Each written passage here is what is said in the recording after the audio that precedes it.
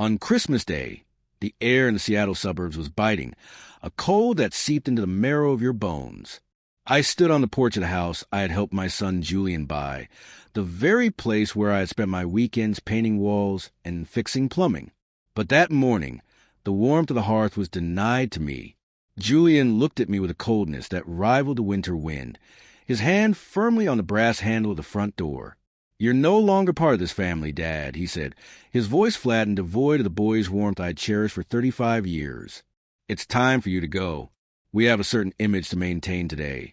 And frankly, you don't fit the frame."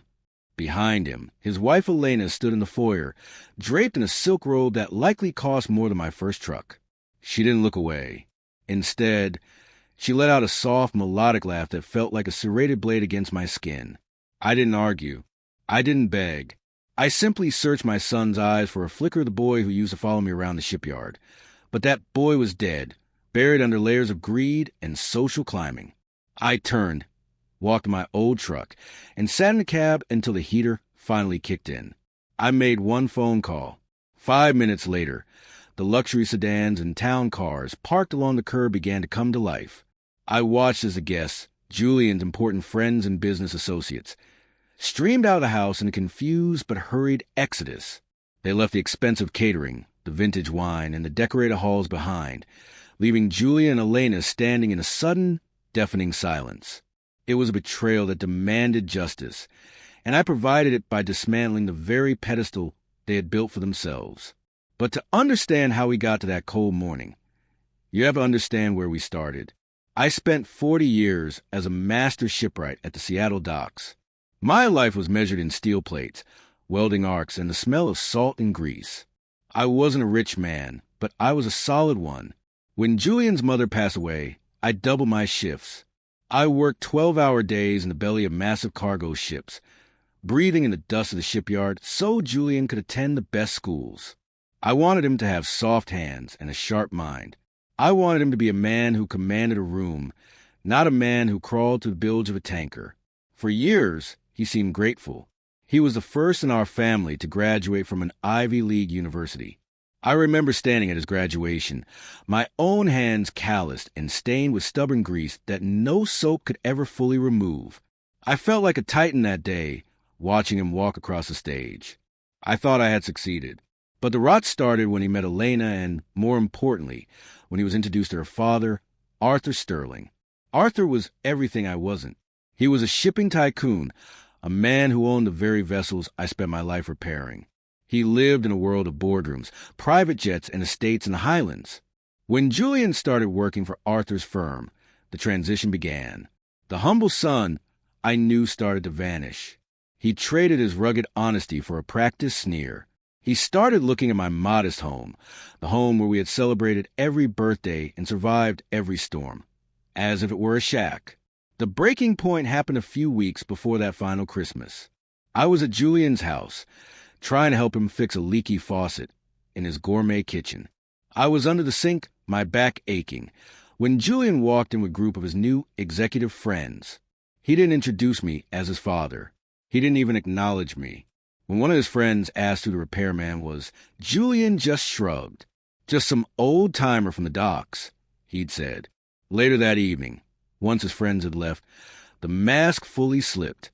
"Dad, why can't you be more like Arthur?" he asked, swirling a glass of 30-year-old scotch. "Arthur is a real man. He has real power, real influence. He's built an empire, while you just fix the things he owns. Look at your clothes. Look at your truck. It's embarrassing." I stood there, a wrench still in my hand, feeling the weight of 35 years of fatherhood crumbling. Those embarrassing hands paid for your tuition, Julian. Every nail I drove, every hull I welded, was for you. Julian just rolled his eyes, a gesture that transported me back to his teenage years. But now it was laced with chilling adult cruelty. "You've only slowed me down with that worker mentality of yours. You're an anchor, Dad, and I'm trying to sail." I left his house that night with a hollow feeling in my chest. I retreated to my own home, a place that suddenly felt too quiet. I sat in my favorite leather chair, the one with the small tear in the armrest from when Julian was 6, and decided to play with my industrial scissors. I looked at the photos on the mantle. Julian at his first baseball game, Julian at his high school prom, Julian and I on the day he bought his first car. I realized then that I was grieving a son who was still alive, but who had chosen to become a stranger. The morning of December 24th, I woke up to find the Seattle snow covering the world in a deceptive purity. I went out to get the morning paper, but I stopped dead in my tracks. My mailbox, a custom-built piece of ironwork I had forged myself, was mangled. It had been struck with something heavy, a sledgehammer or a crowbar. The metal was twisted and scarred, the post leaning at an unnatural angle. This wasn't a random act of vandalism. My neighbors' mailboxes were untouched. This was personal. I looked down and saw footprints in the fresh snow, large, heavy boot prints, size 11 or 12, Julian's size. A cold realization washed over me. He wasn't just distancing himself. He was trying to intimidate me, to make me feel small and vulnerable in my own home. It was psychological warfare designed to soften me up for the final rejection he had planned. I spent the rest of the day in a fog of unease.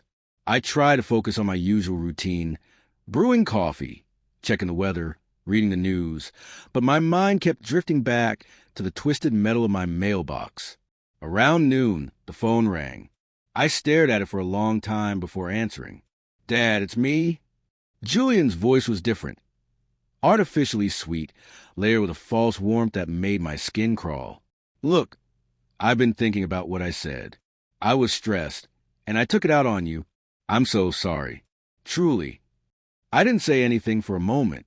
I knew my son, and I knew this tone. It was the tone he used when he wanted a favor or when he was setting a trap. "You seem to have changed your mind quickly," I said. "It's Christmas, Dad. Family is everything. Elena and I are hosting a huge dinner tomorrow night. Arthur Sterling will be there, along with all the top brass from the firm. We want you to be there. It would mean a lot to us." A desperate part of me wanted to believe him. I wanted to believe that the son I raised was still in there somewhere. "I suppose I could come," I said, my voice betraying a hint of that pathetic hope Julian would later mock. "Fantastic. Oh, and Dad, could you wear that dark suit? The one you wore to Mom's funeral? It's formal. And first impressions are everything with Arthur's crowd." The line went silent for a second, but Julian hadn't hung up properly. I heard the muffled sound of a door closing on his end, then his voice, clear and sharp. "He bought it. Did you hear him?" He sounded like a kick dog wagging its tail. Then came Elena's voice, full of amused contempt. "It's perfect, Julian. Arthur needs to see the contrast. When he sees that bumbling old shipyard worker sitting at our table, trying to act like he belongs, he'll see how far you've come. It makes you look like a self-made hero. It'll secure your position as his right hand. We'll play the charitable childer role, and Arthur will be so impressed by your loyalty to even a mediocre father that he'll sign over the new regional director position by New Year's." My hand shook so violently I almost dropped the phone. The cruelty was staggering. They weren't just excluding me. They were inviting me to be a prop in a play designed to advance their careers. They wanted me to be the pathetic contrast to their refined success. I sat in the silence of my kitchen for hours. The pain was there, deep and sharp, but slowly it began to be replaced by something else.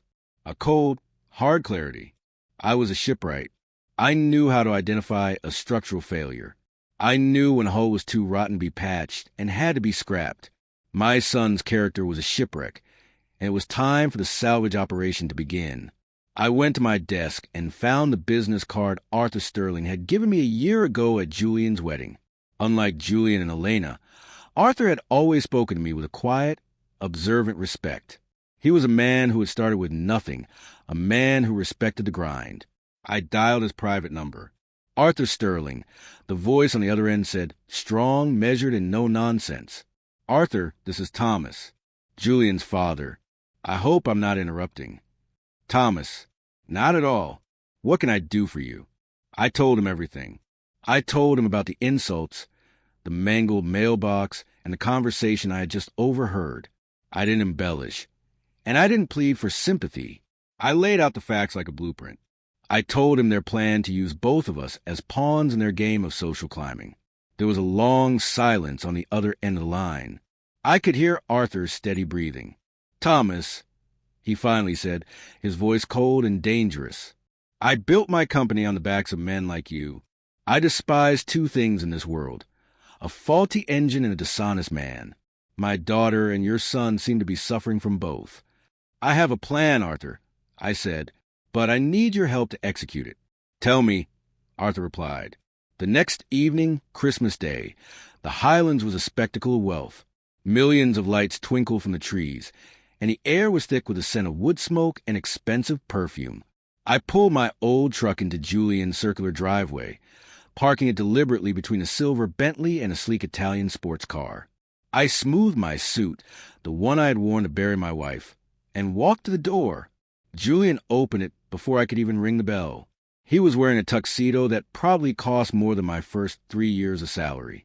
He looked at me with a smirk that was meant to be welcoming, but was dripping with condescension.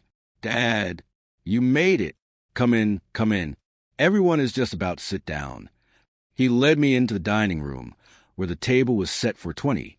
Crystal glasses, silver cutlery, and white linens that looked like freshly fallen snow. Arthur Sterling sat at the head of the table, surrounded by his board of directors and their wives.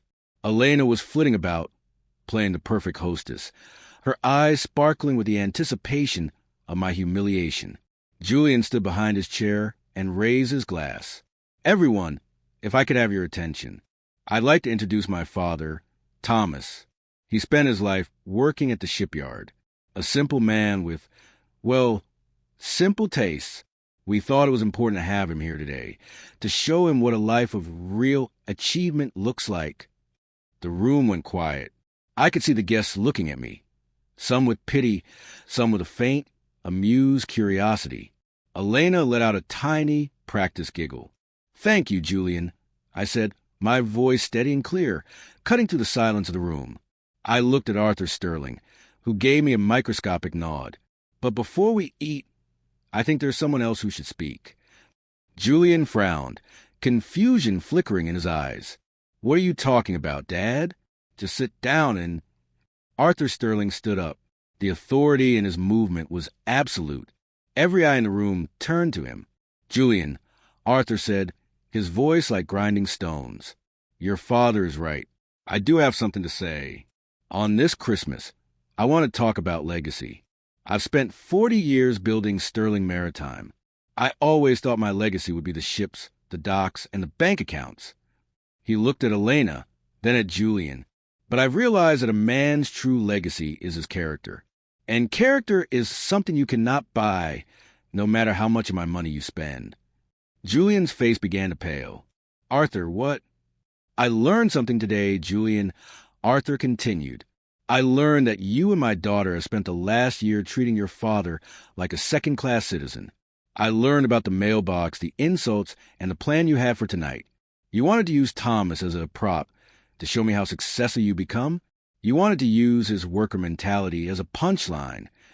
The silence in the room was deafening. Elena looked as if she were about to faint. The board members exchanged uncomfortable glances. "A man who is ashamed of the hands that fed him is a man who cannot be trusted with company," Arthur said, his voice rising in power. "And a man who manipulates his own father for a promotion is a man who has no place in my world." Arthur looked at the guests. "Friends, colleagues, I'm afraid this dinner's over. At least, for us. I've invited Thomas to host a different kind of Christmas dinner, one where the food might be simpler, but the company is honest." Arthur turned to me. "Thomas, is the truck warmed up?" "It is, Arthur," I said. The exodus was incredible. Arthur's board of directors, men and women who lived and breathed by his word, stood up in unison. They gathered their coats and followed Arthur out the door, leaving Julian and Elena standing in their magnificent, empty dining room. The important friends Julian had cultivated followed suit, sensing the shift in power like sharks sensing blood in the water. Julian was shaking, his face a mask of rage and desperation. "Dad, you can't do this. You're ruining my life." "Arthur, please. It was just a misunderstanding." I stood at the door and looked at my son one last time. "I didn't ruin your life, Julian. I just stopped fixing the leaks you kept creating. You wanted a world of real men and real money? Well, now you have to build it yourself, without the foundation I provided. We drove back to my modest neighborhood, a convoy of luxury cars following my old shipyard truck. We arrived at my home, where the Christmas lights were just simple strings of white bulbs I'd hung myself. The house was warm, smelling of the turkey I'd put in the oven at dawn, just in case. We moved the extra tables from the garage into the living room. Arthur Sterling helped me carve a bird. His director sat on my embarrassing furniture and shared stories of their own humble beginnings. We laughed. We drank modest wine that tasted better than anything Julian had ever served, and we felt the true warmth of the holiday. "Thomas," Arthur said, raising a glass of cider, "this is the best Christmas I've had in 20 years. It reminds me of why I started in the first place."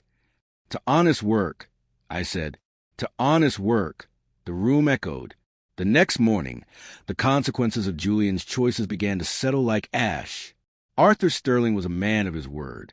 Julian was stripped of his title at the firm. His access to the company accounts was frozen, and his future prospects in the Seattle shipping industry vanished overnight.